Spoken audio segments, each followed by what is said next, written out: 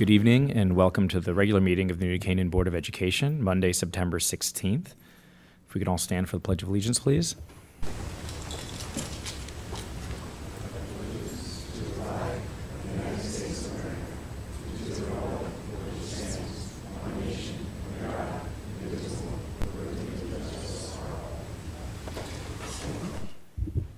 Thank you very much. If we can get a motion to review and approve the agenda for September 16th, 2024. Erica, second Matt Wexler, all in favor? Unanimous. And then approval of the minutes, please, for September 3rd, 2024. Can I get a motion? Phil, Wex, all in favor? Great. And then comments from the public. To ensure the public's right to be heard, the board set aside some time during the meeting for public comments. 2 minutes would be allotted to each speaker with a maximum of 15.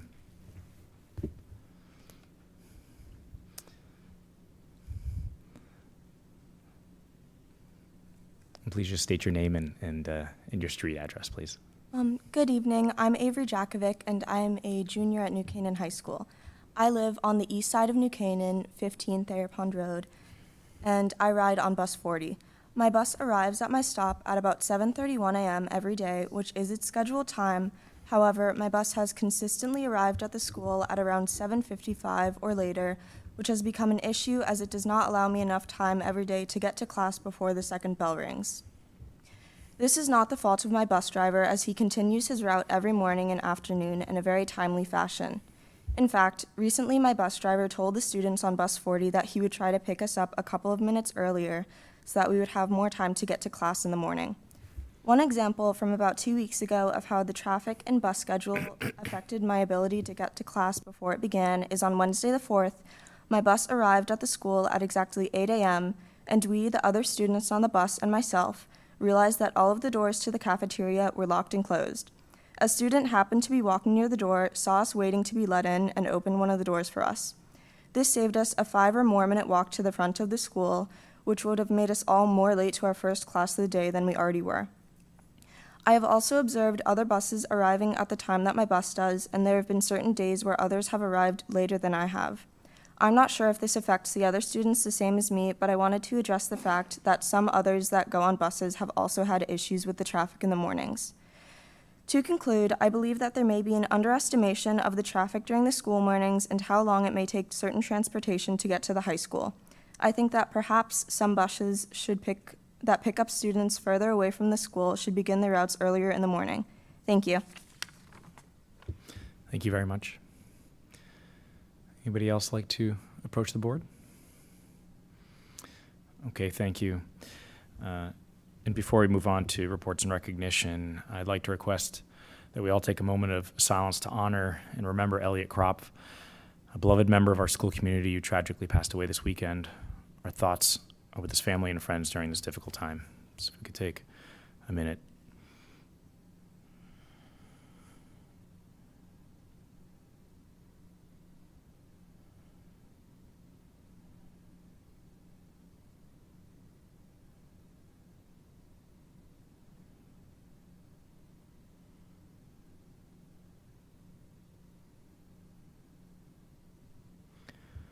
Thank you very much.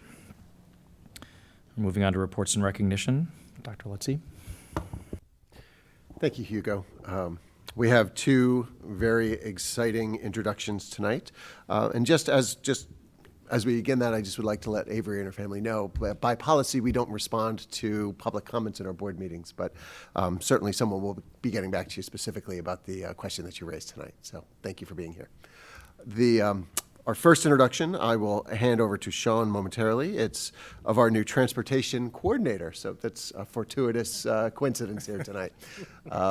With the retirement of Roy Walder, having Roy explained to me that he came here to work one summer for 20 years. And we retired, as you know, in the beginning of the summer, and we went out and looked and placed an ad, and we're very, very lucky to find Elmer. And Sean, I'll let you take it from there.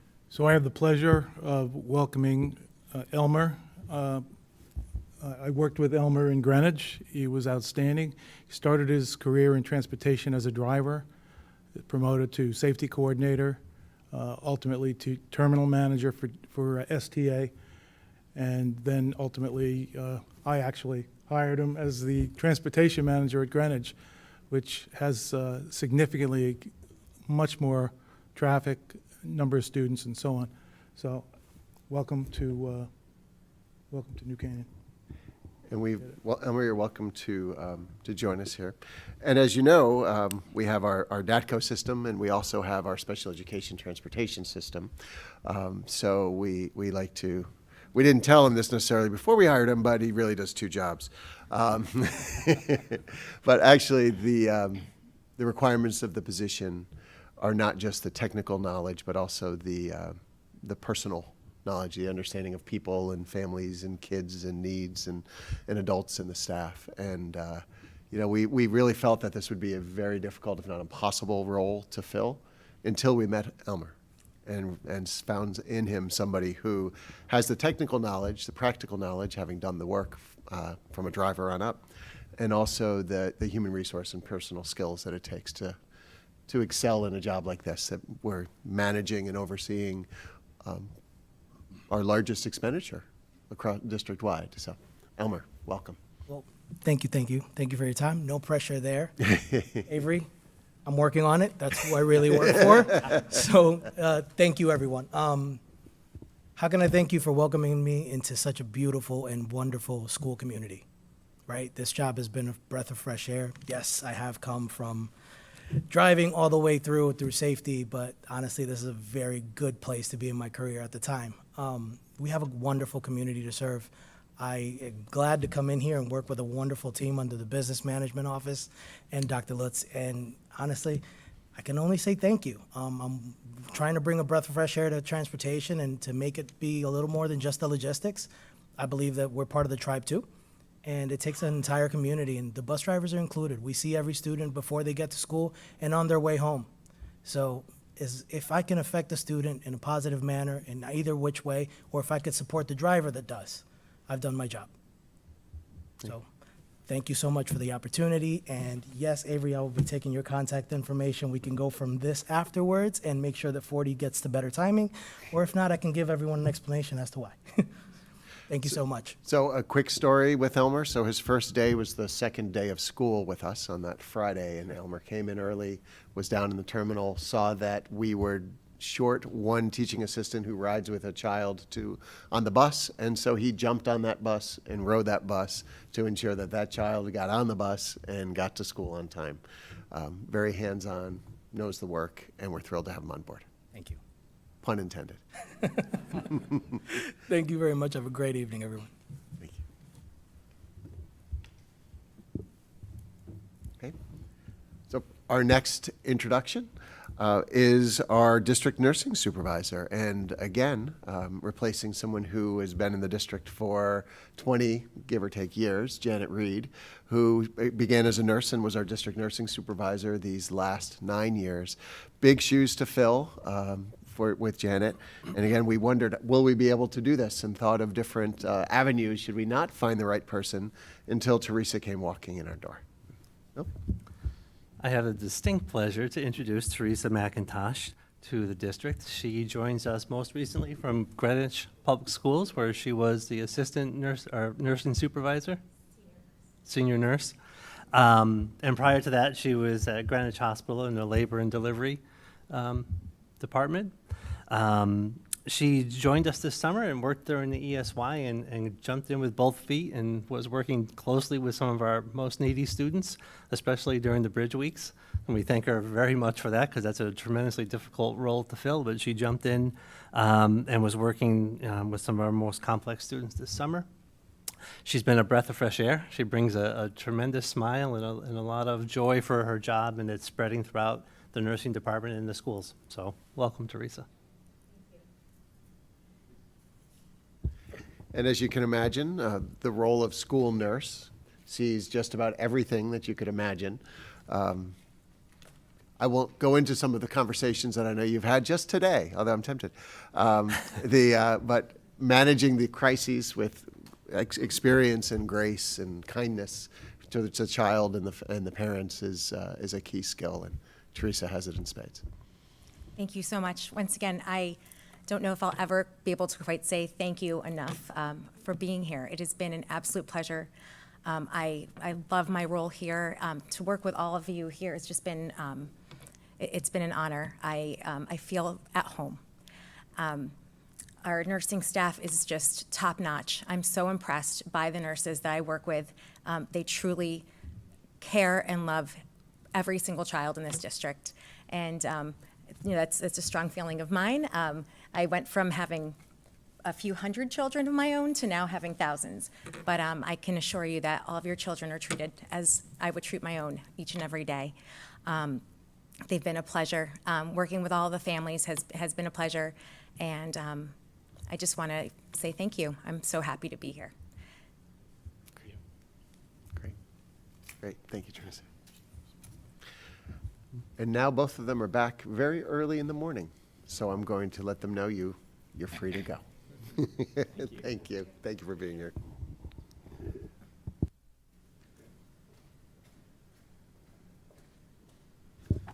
All right, moving on to facilities summer project update with Scott Olson, please. Perfect.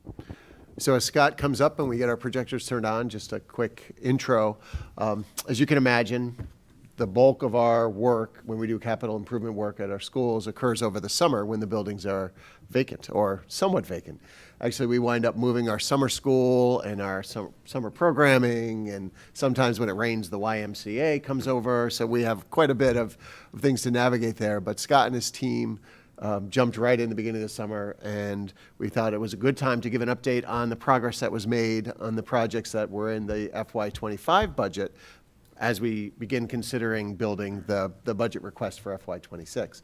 Because as you know, since our budget year begins July 1, the work that we do in the summer, in July and August, is in this year's budget. So it feels like last year, it's this year's budget as we move things forward. So we'll be reviewing the progress that was made and the great work that was done by Scott and his team over the summer. And then a month from now, we'll be talking about the next work to do next summer. So Scott, take it away. Thank you very much. Good evening, everyone. Yes, Scott Olson, facility manager here in New Canaan, and I just want to go over all what I think was really terrific work that we got done over this summer. I split it into a couple different sections, one by outside contractors, and then another section where we took care of a lot of the stuff in-house with our own team. So if we start with East School here, so this is the contractors, some of the bigger projects that we got done. We did the Phase 3 floor replacement, which was the hallways, the nurse's office, and then the cafeteria. We also did a new asphalt walkway to the second building there where the bus drop-off is. We had a lot of issues with settling of the asphalt, so there was a lot of cracks, and then even some drainage issues. So we were able to clean that up. We did get new asphalt for the bus circle and new sidewalks with some granite curbing, which is all set and done. Came out very nice. We did some concrete repair by the cafeteria doors where we were getting a little water intrusion that was coming in. So we were able to repair that. And then we did painting as usual. We did a lot of touch-up stuff this year at East and the cafeteria. And then we also took care of some outside PA upgrades, which was just more speakers to put around the building. Now that ties into the intercom system, so we couldn't make announcements. You could hear the bells just by a flip of a switch. It doesn't have to be on all the time, but it's there when we need it. And then, of course, we did another phase for the lockdown speaker strobes throughout the inside and outside of the building. With our phase 1, when we first started, it was kind of just to get in there and get some stuff out there to to alert everybody, but we noticed that there was little gaps in certain areas of the school, so we just added to it. So, so more people will be able to hear everything. Scott, before you move on from East, comment and a question. The comment is, when you first enter East, if you haven't seen it, in the floor, it actually says East right in there. and it Oh, looks yeah, I get the- wonderful. Yeah, it really looks great. So the floor, yeah, the floor came out great. I don't think I have a picture of the cafeteria here, but that came out looking great. I mean, just very new and refreshing, and yeah. Yeah, it really does, Came out especially good. in that entryway when you go in, you see it. Yeah, and you're right about the cap. My question is, so now that we've made this shift over to East, what are the advantages of the new floor? Because it's not tile. Correct. much as- Yeah, so it's LVT, which is vinyl tile. It's similar to the square tile that we have, but it has a protective layer on it. It goes by millimeters, but it's the warranty, I think, on this stuff is up to 20 years, that the stuff that we have been putting down. But the nice thing about it is it's very durable, and also there's no waxing or stripping during the summertime. So it takes out a lot of maintenance to it. It's really just soap and water for most of the cleaning, and that's pretty much it. It's self-sufficient. Like it's very good. So okay, Thank you. that was East. Thanks. And then we'll move over to South. Again, we did the lockdown speakers for phase 2. And then we also refinished the gym floor, which honestly, I couldn't tell you when the last time that was done. And unfortunately, I didn't get in there quick enough to get a couple photos of the before. But it's a very big difference if anybody is used to going over to South.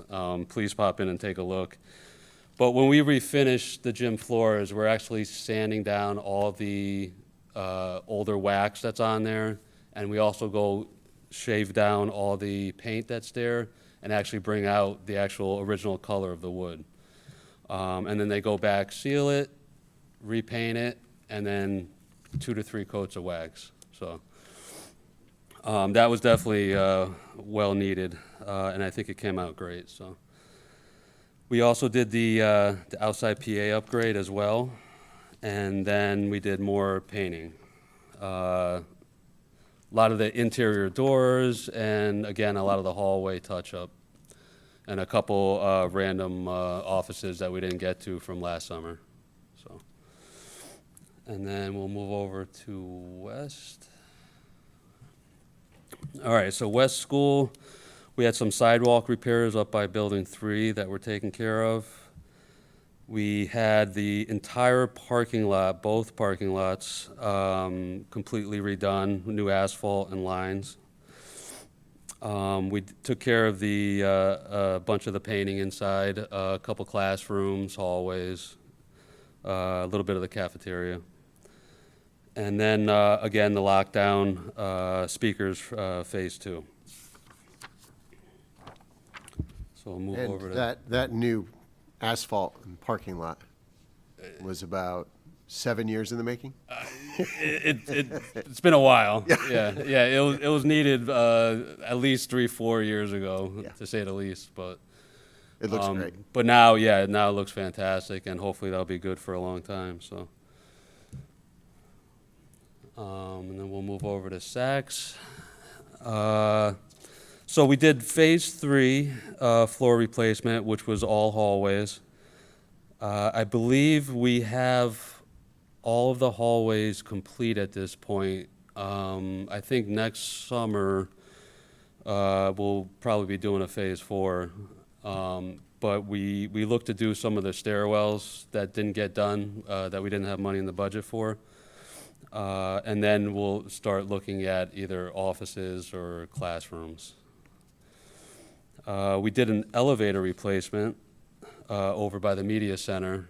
That was well needed. We've been having a lot of issues in the past 2 or 3 years, maybe longer.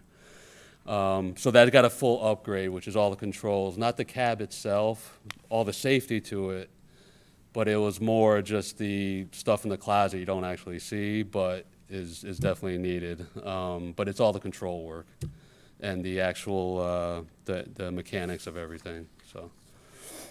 As I understand it, they'd stopped supporting what we had in there. Yeah, well, we kind of got lucky. We had a couple boards go bad in the old controllers, and they don't make them anymore. But the company was able to find somebody out Midwest somewhere that actually made the boards in his basement or something. Yeah, that's how down to it that we got. But yeah, we had to actually purchase a couple boards that somebody had made and put together and got it running again. But I don't know how much more we could have done that for. So. I think zero. I think I think we would have. That had run its course. Yeah. And then hopefully next year we'll do the other elevator over by Lower Division. Perfect. So. We also did the aux gym floor, same as South, refinished down to the bare bones and repainted again. Then we did quite a bit of painting over at Saks this year. We did the whole 6th grade hallway down in Lower Division there. So we hit every classroom, fresh paint. That was really well needed. So that looks fantastic. Don't have a photo of it, but it did come out nice. And then we did the basketball court, which maybe some of you have seen already. Came out really, really, really well. But if you see, let me just change slides here. So the old court, I mean, all the paint was coming off. We were getting cracks in it. It was kind of getting unsafe for the kids. So not only did we get new asphalt and paint, but they also put up 5 new hoops and repainted everything. So I just want to remind the board too, that was a donation from the Saks PTC, thanks to Jess and Emily now. That sort of came with the vision, worked with Dave and the crew, and pulled that all together. And they were all they were fantastic to work with too. Yeah. I mean, yeah, they really did a great job on it. Yeah, they turned it around very quickly from concept to completion. And it's an asset now that every student over there uses almost every day. It's a really great work. And then after school. Incredibly generous. Yeah. And then after school, then on weekends. And then doesn't stop. Let's see. Oh, there goes the aux gym. Scott, can I ask a quick question? Oh, sure. About it. That's what the pictures there was. The playground structure though wasn't changed in the Hawks court. No. They're just not in the picture. It's over on the side still. Yeah, it's over to the right. You can't see it, but that wasn't touched. And then I think the PTC also donated new tables and chairs and stuff. Did we expand that area at all, or is it all within the same footprint? It's all within the same footprint at the moment, yeah. Okay, great. well, they did expand, I think, a little bit in the back where they had those tables. Yeah, I'm sorry. So they did pave a larger area. Yeah. And then they cut out the back a bit and moved it a little bit back towards the woods in the back. And that's where they put some tables. So, because they realize that kids don't always want to play, they also want to sit and talk. So there are 3 or 4, I think, round metal tables there for kids to gather on as well. Great. Awesome. Thank you. And there is some discussion about the playground underway. I don't know where that is or if that'll be a priority or not, but it is one of the discussions they're having. Great. Thank you. Sorry. All right. And then we'll move over to the high school. Maybe. All right. All right, so also another gym floor. We took care of the aux gym. The main gym was done a few years ago. We also took care of the auditorium. We put a new carpet down and new paint. And then over the media center, we had 4 offices that we took the rugs out and put some more of the LVT in. So we're trying to slowly phase out all the carpets there. We also did a new guidance office build out, which was a little last minute, but we got it pulled through and got it done for the summer. And that was for another counselor that was coming in that needed an office. So we were able to split a bigger room up and give 2 people the same amount of space and close it off for the counselor. So Yeah, that really worked well. it came out very nice. Yeah. Yeah, made that counselor's office is really well designed and set up, and Yeah. the other two seem to be just fine. So, very creative use of space. It's not always easy with what you got there sometimes. So it's you got to get creative. Yeah. So, let's see. Then we did the 3rd floor classrooms. All the classrooms up there in the science department there got painted. And then also the speed table, which is over by the crosswalk by the main entrance, which was definitely needed, and possibly another one in the future. And then just got a few photos of the new carpet in the auditorium.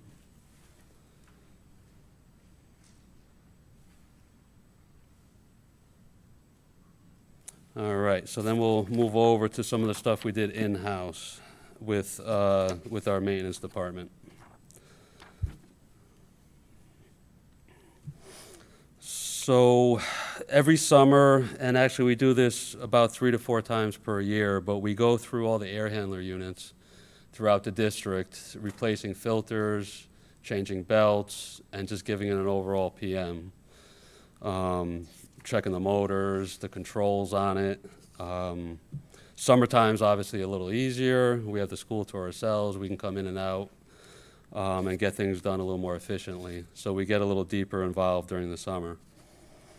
We also take care of all the univents that we have in the district for the elementary schools and the middle schools, or the middle school.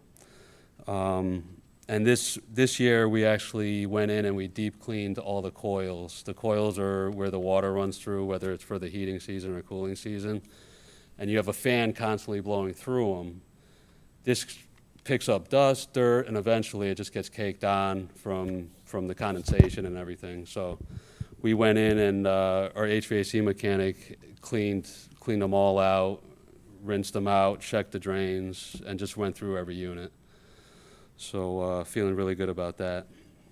We also take. I'm sorry to interrupt, but when you say your HVAC mechanic, to explain, right? You have the custodial crew, and you also have the maintenance. Oh yeah, sorry, yeah. So that was the maintenance crew. Yeah. So we've got HVAC, we've got some electricians. Well, we're looking for an electrician right now. If anybody knows anybody. But normally, You are an electrician. Yeah. Yeah, okay. Normally we have 1 electrician, HVAC mechanic, plumber, all licensed, and then 2 carpenters. That's great. So I feel like it's a well-rounded staff that we have right now.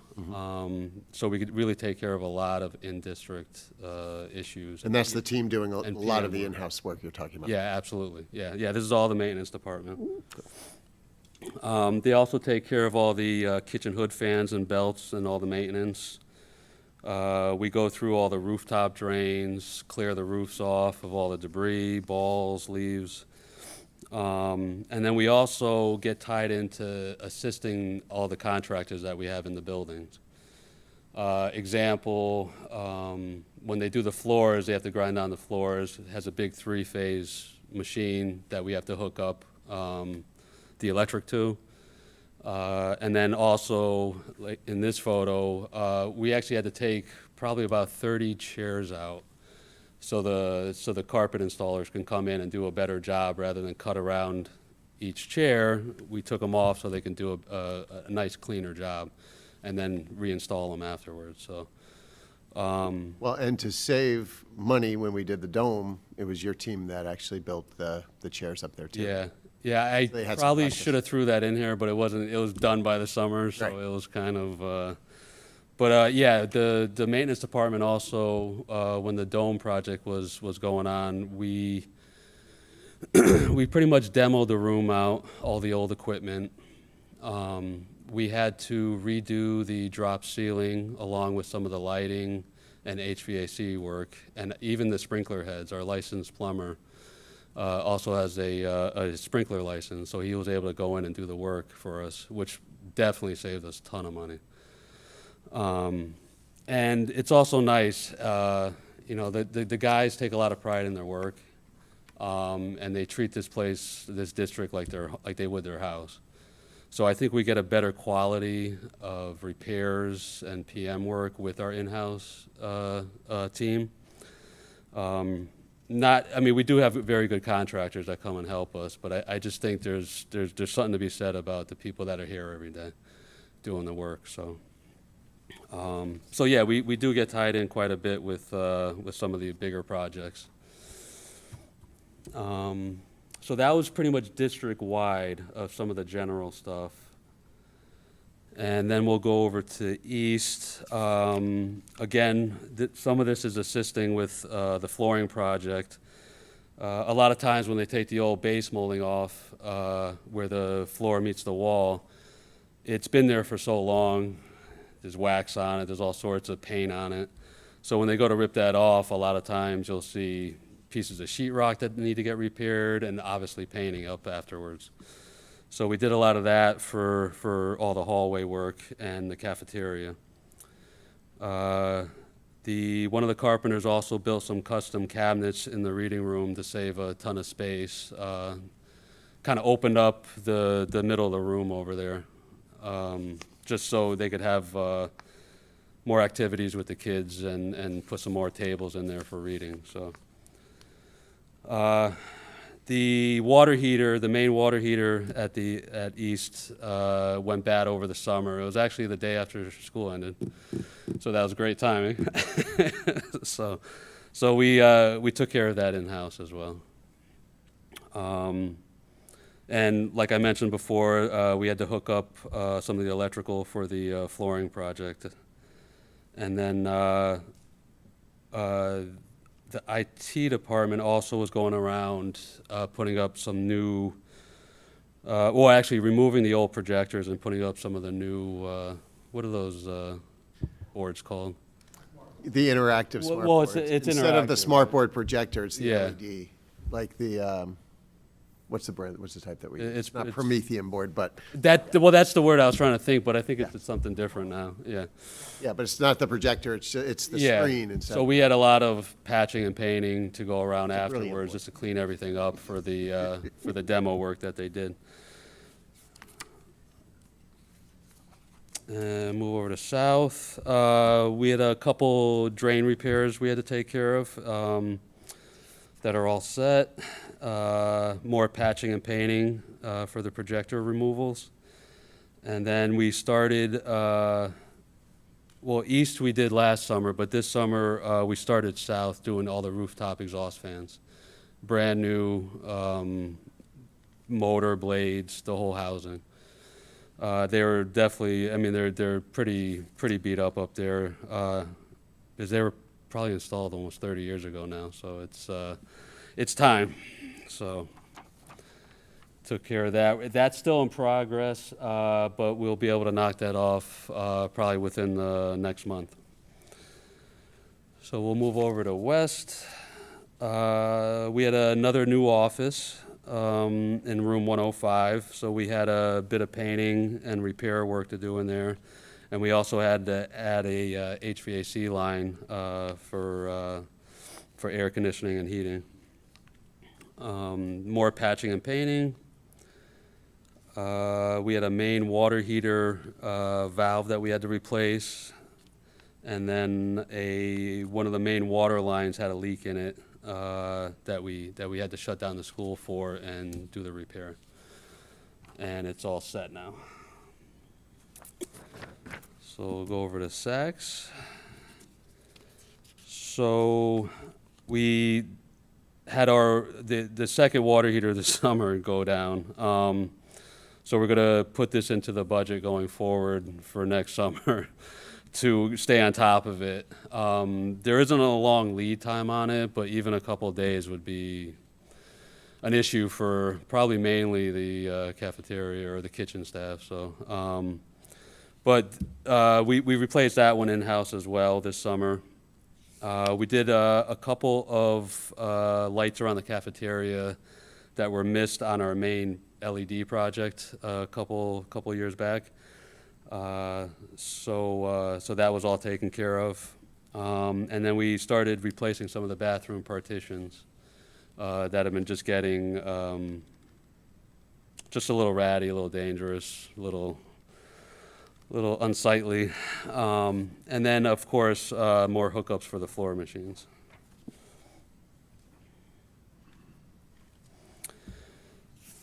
All right, the high school. So we had quite a large cooling tower motor that we had to install for one out of two of the cooling towers that we have out back for the AC. And while we were in there, they went through all the coils again, made sure the cooling towers were absolutely clean. We had another motor to install for the auditorium air handler unit. The guidance office, we did all the demo work before our contractors came in. And then we also installed some of the cabinets. We had to put some of the cabinets back in once it was all finished. Well, that's, yeah, painting, cabinetry, and some electrical work for that office. The ceramic studio, we did a little sink upgrade there to a deeper, more durable sinks with new traps. The clay's kind of an issue where it's going to clog everything quite quickly. So we put some new filters in that should help alleviate any issues with water getting all over the floor or backups. And then, let's see, copy center. We got new copy machines, new company this year. So some of the power requirements were a little different. So the main copy room, we had to move and relocate some electrical outlets. Installation of some new traffic signs for the new drop-off pattern. And then painting and repair of the main skylights for the 4 stairwells. When we had the roofing project a couple years back, some of the skylights got damaged, paint, sheetrock, so we went up and actually had to build scaffolding around the stairs for each stairwell to go up to be able to make the repairs. So, and I think that kind of wraps it up. Does anybody have any questions or? Ben? So, on the Saks main hot water heater, was that a new one that we put in during the Saks project, or was that? That one is last actually long, or? 7, almost 8 years old at this point. So I think the life expectancy on those is probably about 10 years, so we're a little shy of that. But there was nothing for the warranty that we could use, given that it was 7 years already. So what we're going to try to do is now that we have the new water heaters installed, we're going to put up a PM schedule, because I think those water heaters really need to be flushed out a couple times per year, at least once per year, which I don't think was getting done previously. So I'm hoping to extend the life on the new water heaters that we install. And then just also on Saks, when you're redoing the painting, are you also, when you painting the door jambs into each room, is that a hall project, classroom project? What, they're getting picked up in one or both places? Yeah. Typically in the past we've done, if they're doing the classroom, they'll do the inside of the door jamb and leave the outside for when they do the hallway. That kind of got a little confusing as the years went by. You know, the painters or us, we would miss things here and there. So now I'm trying to start doing it with either or. I mean, if we did the classrooms, I would say paint the whole door frame, and then when they do the hallway, you don't have to worry about it. You're doing the hallway. So, but the hallways for the middle school are all set. And then just for Saks, when you redid the elevator, did it get the new updated, like, I guess, emergency system where now there's video if there's an issue with a student or someone stuck in an elevator? I would have to get back to you on that one. I don't remember there being a video camera in there. It's like when you call for help. I don't know, I know that is going in some elevators, it's code Right. in other states, it might not be code I mean, it in was Connecticut. inspected by the state inspector, So if it needed to be there, it definitely is there. But let me double check before I put my foot in my mouth. Or- And if we're doing the other elevator, Yeah. if it isn't in there, if it's not coded, it might be something we want to look at for Okay. the next elevator. Sounds good. Okay, that's all, thanks. Thank you. Scott, do we do I'm not sure if we do, but do we do a check of the trees and the branches on properties, and if so, how often? Not on a normal basis. We don't go around, I mean, we don't have a lot of stuff around to the close vicinity of the buildings. But the town or the Parks Department will really take care of anything off of the grass or the sidewalks for all the branches and debris and stuff like that. If we see something, we'll contact them and we'll work together to try to take care of whatever needs to. But we don't have like a normal where we walk around, you know, once a month or something to look at that. Okay. Thank you. You're welcome. So the district has saved a lot of money by bringing a lot of this work in-house, whether it's electrical, plumbing, carpentry. Do you see any other opportunities to, take some of this contract work that we send out and to sort of bring it in-house as well? Good question. And yes, we could really use another HVAC mechanic to stay on top of everything. It's the person we have in there now is doing great, and he's a very hard worker. But at the same time, I think if we had another mechanic there to help him out, we would get a lot more stuff done, and we could take on some of the bigger projects. All the maintenance staff work together when needed, so there's always a helping hand, wrestling equipment around, moving stuff. But it would be nice to have two licensed mechanics doing some of this work. It's just so much equipment in the district. So if I had a wish list, that would be it. Thanks. Yep. Thank you. You've been busy, very busy this summer. All good. I was wondering if you could talk a little bit about the LVT at a higher level, and as a goal, how much of our square footage, floor space, are not exact numbers, but like how much of it do we want to convert to LVT, and how much have we? How far along that process are we? All right, so the two main buildings was East and Saks that we started the LVT flooring with, and some at the high school as well. East is pretty complete at the moment. There's probably a couple offices and the faculty lounge that we still have to convert over to LVT, but at this point, I would say it's like 95% LVT. Saks, I think it's pretty much just the hallways at this point. The classrooms will be a much bigger project. It doesn't typically go as fast as the hallways, given the confined areas.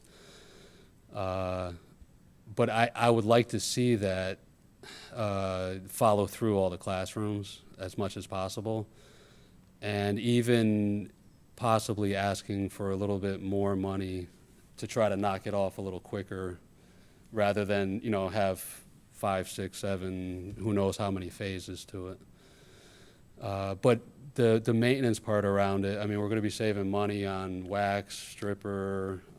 It's a very durable floor. It looks a lot nicer. And it would be nice to keep going forward with that. Just from a cost perspective, it makes a lot of sense. And for South and West?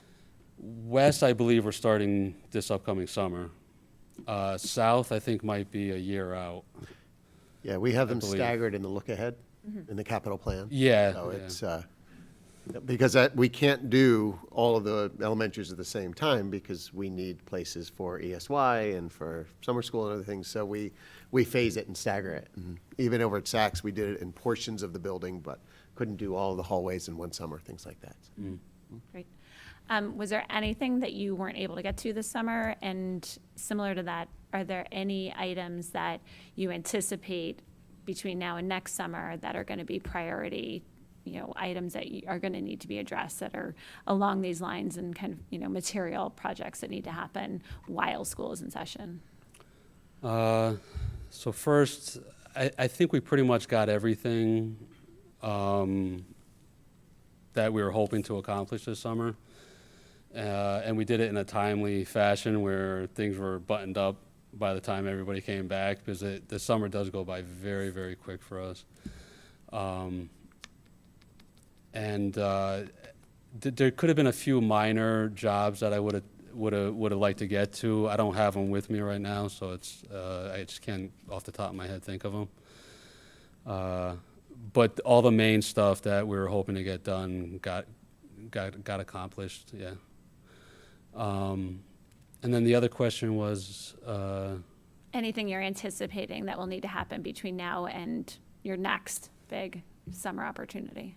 It's more getting ready for the next summer, between getting pricing and just going out for bids for certain jobs.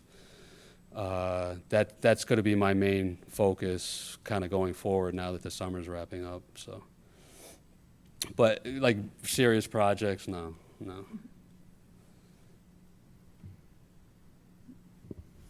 Matt? So building on Phil's question, do you see any other opportunities, putting aside, you talked about contractors, bringing contractors in-house, do you see any other opportunities for cost savings, whether it be increased maintenance of facilities, or where can we go find some efficiencies? That's a good question, because we've been doing so much lately. We've been so on top of it. Well, I mean, we even had consultants come in and take a look, and the stuff they came up with was as minor as like putting a timer on a vending machine. right. And I don't know if we're gonna dive into that one, but we have done a lot. I mean, we got the LED lighting, the solar. We have a CHP at Saks. All of our HVAC equipment is managed with the building management system, so we have full control over everything. And the fact that we stay on the PM side of all that work helps the efficiency as well. So going forward, it's going to be tough. I mean, we could definitely do a little more solar. I know West, eventually we have to look into replacing the roof there. I know we have solar in the third building, but we have an opportunity to do the first two buildings as well. So there might be an add-on to some of the stuff we've already done. But for something new, you're almost waiting for like new technology to come out to, I feel like we're kind of at that point where we've kind of reached mostly what we can do, yeah. I was just wondering where we were with the leaks in the South School window project in that upper clear story. All right, so we had the company that originally installed the window system came out. They evaluated it. They did a water test on it to see what the issues were. The issues seem to be the seals for the windows that go into the frames. So there's a seal and a gasket that goes around there. Those were failing. And so what they did, they were able to do the water test to see where it was coming in, and they went through the whole section of the windows, resealing all the gaskets for the windows.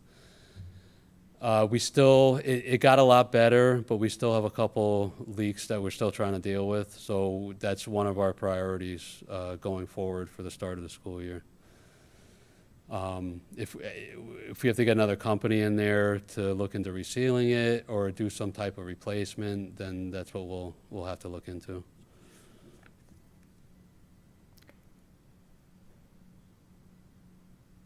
Great. Thanks so much, Scott. I appreciate it. All right. Thank you very much. Have a good night. Yeah, I just want to very quickly commend Scott. I mean, he really moved into this role in June.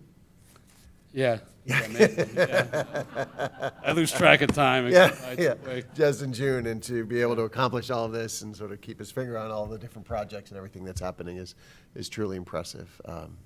You've got a great team. You've worked with them for a while, and so as you've moved in and Andrew's moved in, and as I've mentioned, you're an electrician, so down the line we'll have a presentation around power and energy and Right. savings and all of that. But just to see all, we're close to 1 million square feet across the district in our 5 buildings, and it's takes a lot of work to keep that up and to do all of the preventive maintenance and everything else that is required of all the mechanicals throughout, and doing a great job, so thank you.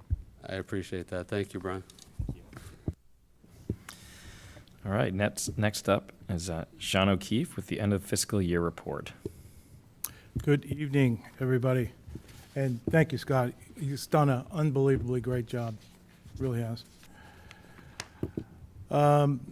So I'd like to do a couple of things here. One is to take you through the executive summary of the year-end financials, review the year-end transfers, which we'll need a motion to approve.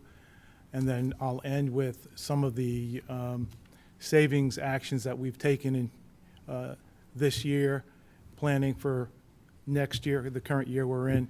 And so I'll take you through those, and there's quite a long list. So if we go through the package, after the cover sheet is the letter to the superintendent and the Board of Ed summarizing the year-end results. The page following that, it's labeled page 2 at the lower right-hand side. I'll take you through that. I'll start with the operating fund, the details of which are on pages 5 through 9. And in summary, as of the end of June 30, 2024, our operating expense actual total $102.5 million, resulting in a 99.5% attainment of our approved budget of $103 million.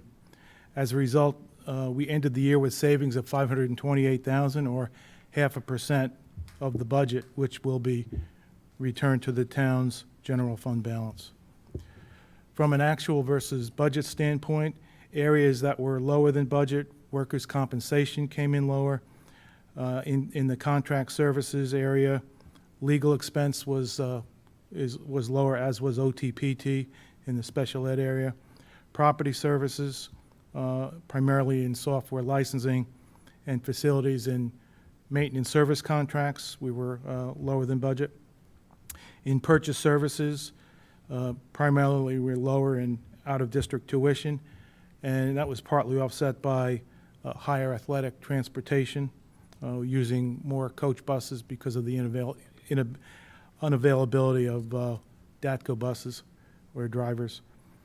Areas that were higher than budget, and in salaries, drivers and bus monitors and teacher assistant support salaries were higher, and partly offset by lower custodial maintenance salaries. And I'm happy to report custodial overtime. We've been managing it very closely, and we underran the budget there by about $50,000. In the grants area, detail of which is pages 10 through 11, we were awarded grants totaling $2,593,000. We expended for the year $1,644,000. And our remaining balance to be utilized in full year 25 is $949,000.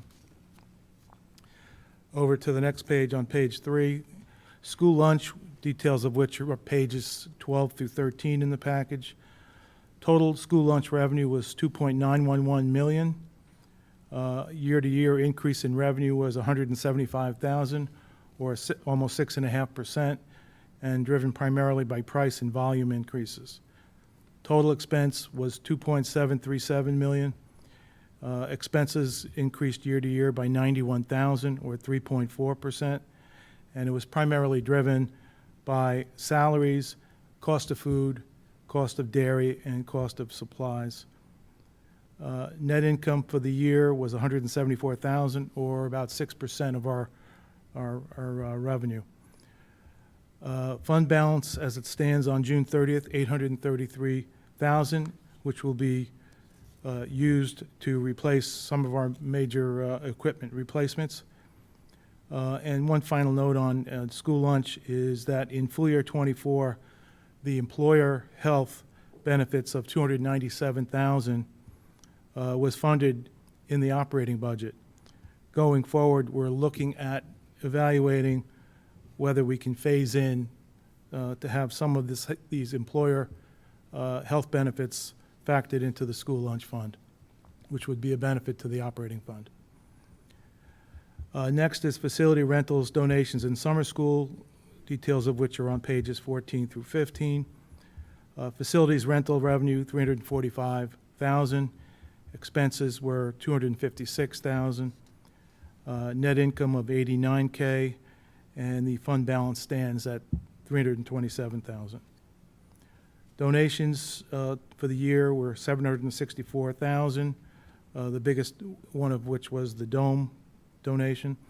Expenses $586,000, and net income $178,000. Summer school revenue $167,000, expenses $166,000, so basically break even for the year. And on page 16 is a statement of our internal services fund. Overall, our revenue fell short by $33,000 versus projected. Our net claims were $515,000 higher than projected, and that's net of stop-loss recovery.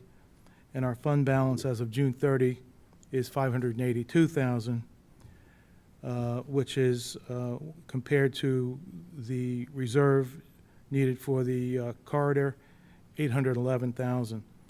So we anticipate making up most of that $811,000 with full year 25 savings in the stop loss, which came in about $500,000 to $600,000 lower. Next item is year-end transfers.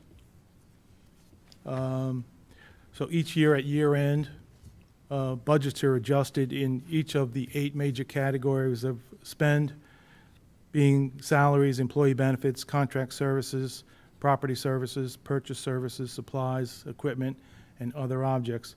And the purpose is to align budgets with actuals by reallocating funds from areas with surpluses to those with deficits.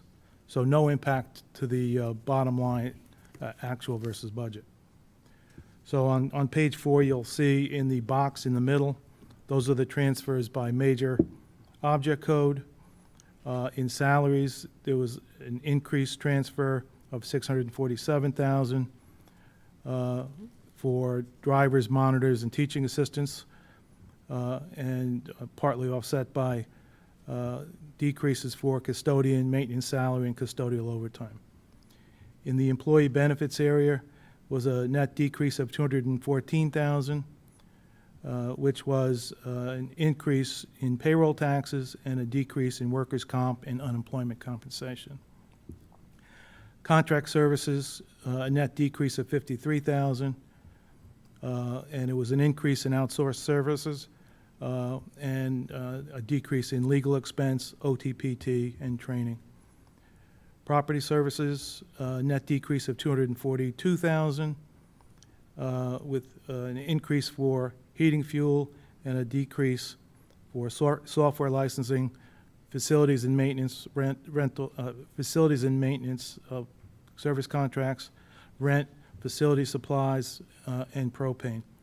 In purchase services, a net decrease of $164,000, with an increase for athletic transportation, which I mentioned earlier, we overran the budget, and then offset by a decrease for out-of-district tuition, where we came in lower than budget. Finally, in supplies, it was a net increase of $25,000, and that was in instructional and tech and office supplies overall. So, and you'll see on the next page, on page 5, which is the first chart in the statement of accounts, that chart shows the 8 major object codes. And if you look at the 4th column, current period transfers, those are the numbers that we just reviewed. And you can see in total, no impact bottom line. So it still leaves us with, if you look all the way to the right, the 528 available balance at the end of the year.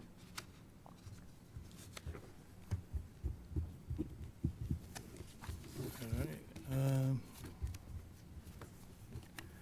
Any questions? Penny?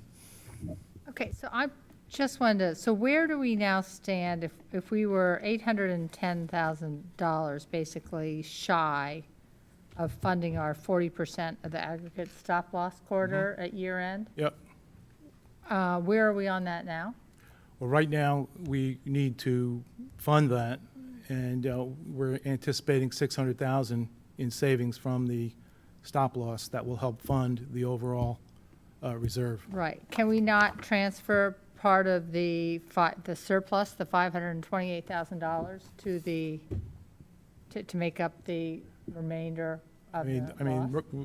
We could have, but the books are closed right now.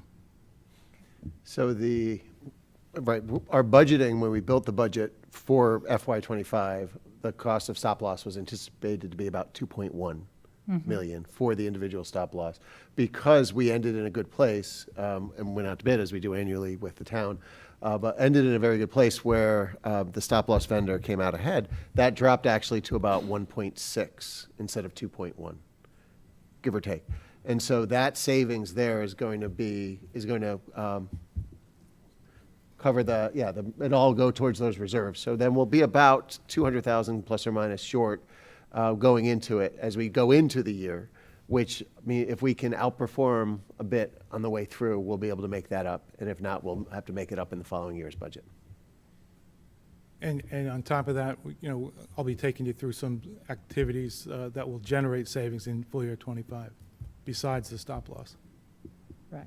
I mean, just to me, having started in a place where we funded 100% between the town and the Board of Ed, we used to fund 100% as aggregate stop-loss corridor, and now we're only funding 40%, which is sort of our stopgap over if our expenses exceed. I would just like to make certain that in the budget and, that we get to that 40%. Yes, agreed. We are committed to doing that. We are not, that has been a bottom line and a non-negotiable point with the town boards and others, and they understand that. This was the final months of performance coming in higher than we had anticipated by that delta, by about that 800,000. Otherwise, we would have been right at the mark. So just the summer utilization of the plan was higher than the previous year's summer months by more than was anticipated. So we've got the flexibility with the town, and it's early in the year as we go, and as we monitor it and look, if we wind up again not hitting the numbers that we have, there are some other mechanisms in there as well to ensure that the board remains fully covered, the employees remain fully covered throughout. So there is funding for that 40% through other mechanisms. That it gets a little wonky for our conversation here, but I'm happy to. Right. And I go just through know it. that, I mean, I could be misremembering it, but I do think in prior years, we've been able to use, if we had a small surplus from the operating budget, we've shifted that over. Yeah, we can with unspent funds. This was more of a timing thing because we had to close. We actually thought it was going to be fully covered, and then it ended We up- did, and so we had to close the books, but we don't get the run in, so our plan doesn't end in July 1, it ends in September 1, so those are larger months, so we didn't get the end of the plan year until after the close, because the close has to be the end of August, but we don't get the August numbers until later, after the close occurs. So there's just some timing issues and things, but there are other protections that are built in. Okay. Yep. All right. And we will be fully funded in our request for the FY '26 budget based on our best understanding of Right. that performance, right? I just think that line. If we better- know in better- time, that we can line make item that. is just better to run a little bit over than under, would just Yeah. be my preference. Well, and that's one of the ways that the ISF benefits the school district, right? So you have Right. the ability to move those funds. Those funds stay, they'll always be used for insurance, and they can push forward. So that is the benefit over time, to build up that reserve, to have that security, so that, you're only funding the claims, and the reserve may flex up or Right. down. But when you're always trying to zero it out at exactly the number, then you don't have that flexibility, because it can be down when things happen like just happened. So I think we will be entering into some conversations with the Board of Finance and others about creating, instead of a an exact precise number, a range. Maybe it's 40 to 60%, maybe it's 40 to 80%, that we allow to remain in the ISF, so that in those good years, we can have that number go maybe from 40 to 60% in the short term, so that in the other years like this, it'll dip, but not below the 40%. So it gives you that window to operate within instead of trying to hit the line every time. Does that make sense? Yep, I think it makes sense. I like having that fully funded. Thank you. Erica? Sean, I was wondering about the major equipment replacement fund for the school lunch program, and if we've identified what we're going to need to replace, and we have a timeline for that, and if the amount matches what we expect we need to do, or just a general outline. We are in the process of purchasing a walk-in freezer. It's about $109,000, somewhere around there. So it's, and we also are in the process of purchasing a steamer. I'm not sure what that does actually, except steam. I think it cooks something. So, but there's probably another walk-in freezer that's due for replacement as well. They're not cheap. Okay. So there's plenty of things, and we're going to phase everything in. We're not getting everything at once. Okay. Do we think that, like, because this is I think a little bit of a substantial balance. It is. We are anticipating enough needs to. Oh yes. Okay. Yeah, I've spoken with Michelle, and we've got a list of things that we'd like to replace this year. Okay. And I do want to commend Michelle also, because some of the balance comes from the catering work that they do. So they really do work hard to create customized menus for PTCs, for schools, for others that use their services for catering, and that has really helped the bottom line. Got it. And then my other question was the donations. The fact that there was a sort of a net income at the end of the year, is that earmarked for something in particular or set aside for something, or is that an ongoing balance? It's I mean, we've had some fund balances that we haven't spent yet, so it's really more of a timing difference. Okay. Great, thank you. Sure. So I was going to end with my list of savings activities. I'm sorry. Just one quick question. Sure. If you wouldn't mind, just giving us a little bit more detail on the $650K overages for the bus monitors, drivers, and TAs. So we had to hire three extra drivers, and there was a lot more monitor time than was anticipated throughout the year. So 3 extra monitors is 600. And also TAs. Just roughly how many more TAs? I'd have to pull that Okay, together. sure. I can do that. Okay, thank you. Sure.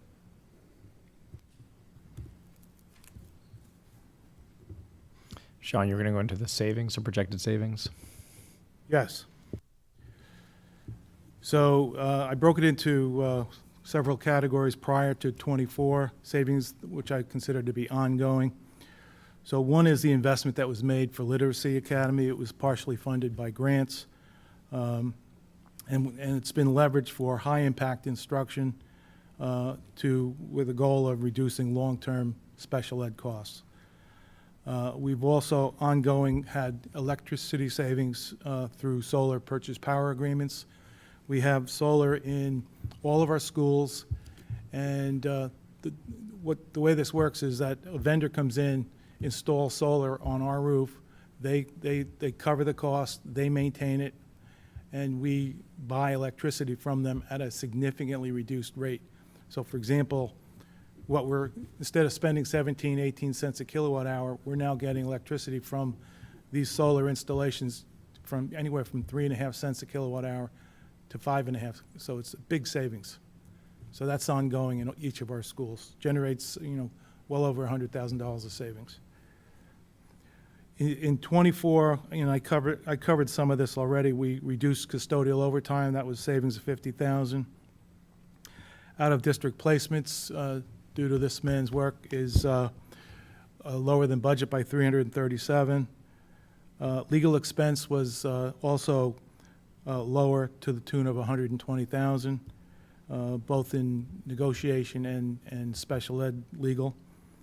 Our liability auto property insurance, we saved $28,000, came in under budget. Workers' comp also came in under budget by $59,000. And in things that we're already working on savings for full year '25, Scott mentioned that we changed our printer vendor from LDI to Connecticut Business Systems, who uses Xerox printers. So we've gotten across the board new printers in the district, and with a lower annual cost, which is fixed for 5 years. And we also negotiated a no color and black and white overage charge. With LDI, our previous vendor, we were getting charges at the end of the year for overage charges, especially for color, which they would hit us for 4 cents a copy, about $50,000. So we're saving 50. We won't have any overage this year, so we'll save significant amount of money in printing. Licenses that we have some savings on, Thought Exchange will save $26,000. That's been reduced. Also, reducing the number of file waive licenses, small amount, 6,000 savings. We're participating in E-Rate, which is a program run by the FCC, whereby we can enjoy discounts on certain technology equipment of up to 40%. So we're participating in that. I mentioned the stop loss savings of $500,000 to $600,000. We consolidated one of our bus routes starting this year that saves $115,000. We also bid out propane. So in '24, we were paying $1.72 a gallon for propane. We went out to bid, and the winning bid was $1.19, so savings of $66,000. And on top of that, we're also applying for federal rebates for propane, and 50 cents a gallon. So we just literally got our first check today for $27,000. So when you couple in the savings from the bid price of $1.19 reduced from $1.72, and couple with that the 50 cents a gallon that we're getting from the federal government, and if we estimate a full year's worth of rebate, it's about 125,000 gallons times 50 cents, so about another 60,000. So that brings our overall cost of propane down to about 65, 70 cents. So it's big money. So making a lot of progress, and we're not staying there. I mean, we can just keep looking for savings. So, questions? Great, thank you. Questions? So thanks, Sean. I want to commend you guys and continue to do such a good job with the budget. It's not often you approve a budget and then end up with some savings at the end that can go back to the town. So I appreciate the work that you guys put in throughout the year and looking for ways to be more efficient. I made this list of things from LED to propane buses to the ISF and the great cooking staff that we have here. And they're in high demand for catering, I understand, which is awesome. And then when we do get, the grants that we used versus, there are towns that I understand have not used any of the COVID grants, and we've used ours to invest in Literacy Academy, and that was what an incredible way to invest that money so wisely, where now we know that it works and it's something that our community benefits from. So anyway, I just want to thank you guys for doing an awesome job and continuing to find these savings, particularly in such an inflationary environment and where the needs of our kids are just increasingly more and more challenging. So appreciate it. It's a team effort. Everybody, I'll tell you, everybody in central office is focused on saving money. That's great. As a financial advisor, I also commend you and appreciate that. So thank you. So we do want to make so one action item that wasn't on the agenda here, guys, is a motion to approve the transfers in the draft year-end report as presented. So we'd like to make the motion. Wex, second. Erica, all in favor? It's unanimous. Thank you very much. And comments from the public. Anybody like to approach the board with comments? Seeing as there are none, we'll move on to announcements and future business. Sure, thank you. A couple of quick announcements. One you may have seen, if you haven't yet, will be in your email. We have some Zoom meetings that have been set up for tomorrow morning and Wednesday evening for any parents, families that would like to attend. I want to say thanks to Deanna and the town who worked to help to connect us with this expert who's an expert in child development, and we met with her this afternoon, and she's clearing her calendar for tomorrow morning to be available, and again Wednesday as well. We're also anticipating that she'll be in town and in the community on Saturday, and we're thinking about other meetings that could be possible there. Things went very well as could be expected, if not better, here at the high school today. And we're going to continue on that path tomorrow with our kids and the support and other work that we're doing here to work through the challenges that we see. At our next Board of Education meeting in 2 weeks, we'll be hearing a report from the high school. Bill will come with his team, and department chairs and others, to share a data report, as we do annually with the board, looking at our AP scores and outcomes and our SAT, et cetera. So he's got some information to share there. And I do want to share that if you does everyone get this? Is this like freebie, or is it? I think it's free. I'm not sure. Well, I'm proud of it regardless. In the Bedford New Canaan magazine, I think it just came out in the last couple of days, last week. Thank you. I haven't gotten my copy yet, though. I'm looking for my copy. This is thanks to Linda Pescatello here at the high school. We have on page 137 begins the article about the dome. It's a new age of stargazing at the dome at New Canaan High School, and some commentary and pictures, and really celebrating the great resource that we now have in our schools. I would also just remind folks on the evenings of open house in the other buildings, we're going to open up the dome. So starting about 4 o'clock until they go off to their open houses, people are welcome to stop by if they want to just stick their head in, take a look. And if we can work it out, we'll even put out a quick show for people to see a couple of minutes of the dome in action. So we know it was a community event. We thought that would be a good way to time it so that people who are maybe coming home early to go to open houses can come a little earlier, swing by the high school, and you let people in the front know why you're here, and they'll direct you right upstairs. And if you want to come take a look, I'll tell you, we're continuing to build out the programs and make sure that our kids get as many opportunities in there as possible. So it's great stuff. And thank you to the editors of Bedford New Canaan magazine, and of course to Michelle Schneider, who set that up for us and continues to do great work in communications. Thanks. Great, thank you, Dr. Lutzy. All right, motion to adjourn. Julie, second. Matt, all in favor? Thanks, everyone. Have a great night.